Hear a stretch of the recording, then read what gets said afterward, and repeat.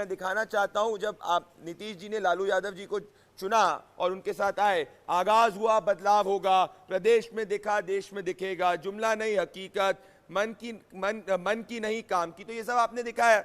अब ऐसा आपने दिखाया तो फिर आज ये लल्लन सिंह जी अपने बयान से बैक ट्रैक क्यों हो गए? वो बोल रहे हैं कि नीतीश जी पीएम नहीं बनना चाहते, सिर्फ फैसिलिटेट करना चाहते। तो ये 1 महीने के अंदर इतना परिवर्तन मोदी हवा के कारण?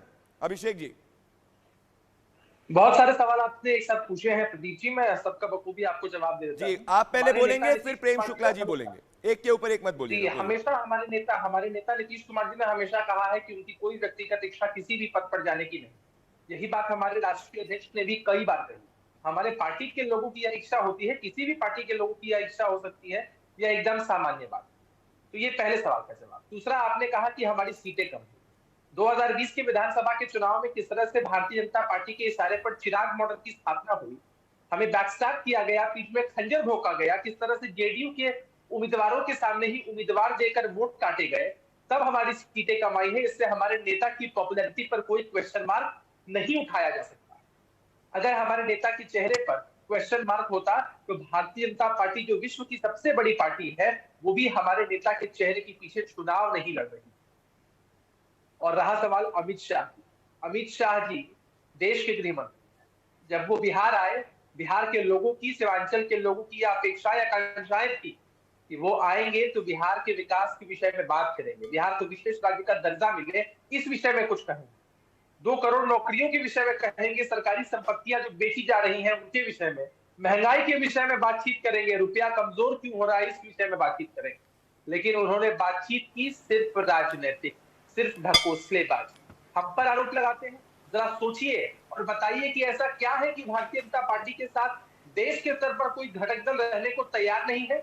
आज जब बिहार से आपको मुंह की खानी पड़ी है, आप बात करते हैं अमित शाह जी की। अमित शाह जी बिहार आ जाए, नरेंद्र मोदी जी खुद बिहार आए थे, 2015 का चुनाव प्रदीप जी आपने भी कवर किया था, 42 आम सभाएं की थी प्रधानमंत्री जी ने, मोदी लहर चल रही थी, मैं 53 सीटें जीती थी भारतीय जनता पार्टी। अभिषेक जी, साजिश हुई थी हमारे साथ, बिहार की जनता इस बात को जानती है। भारतीय जनता पार्टी के इशारे पर चिराग मॉडल की स्थापना हुई थी। किस तरह से भारतीय जनता पार्टी के कैंडिडेट्स को आयातित करके वोट कटवा की भूमिका निभाकर सिर्फ जेडीयू के उम्मीदवारों के खिलाफ उम्मीदवार दिए गए थे।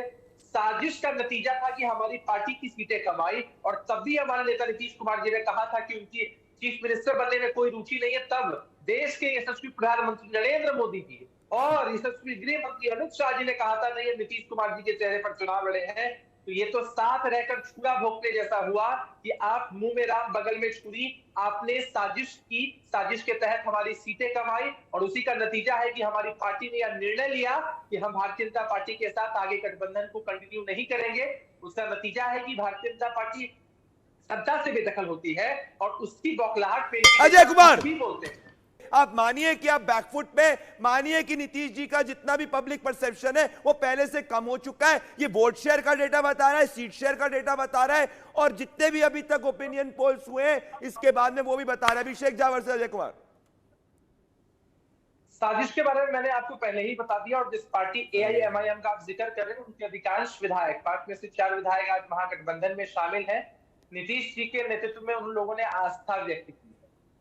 तो आप सीमांचल की बात करें, पूर्वांचल की बात करें, मगध की बात करें, तिरहुत की बात करें, उत्तर बिहार की बात करें, हर जगह महागठबंधन का डंका 2015 में भी दिखाई पड़ा था, आने वाले चुनाव में भी दिखाई पड़ेगा। एक छोटा उदाहरण मैं आपके साथ शेयर करना चाहता हूं। लंबे समय से प्रदीप जी आप पूछ रहे थे कि चेहरा कौन होगा महागठबंधन का प्रधानमंत्री पद के उम्मीदवार थे। 2004 का लोकसभा का चुनाव आपको याद हो, उस वक्त अटल बिहारी वाजपेयी जी, श्रद्धेय अटल बिहारी वाजपेयी जी प्रधानमंत्री पद के उम्मीदवार भी थे, प्रधानमंत्री के रूप में भी। और उस वक्त यूपीए की तरफ से कोई चेहरा नहीं था, किसी ने सपने में भी नहीं सोचा था कि प्रधानमंत्री मनमोहन सिंह जी बने। तो घोषित चेहरा करने की आवश्यकता नहीं है।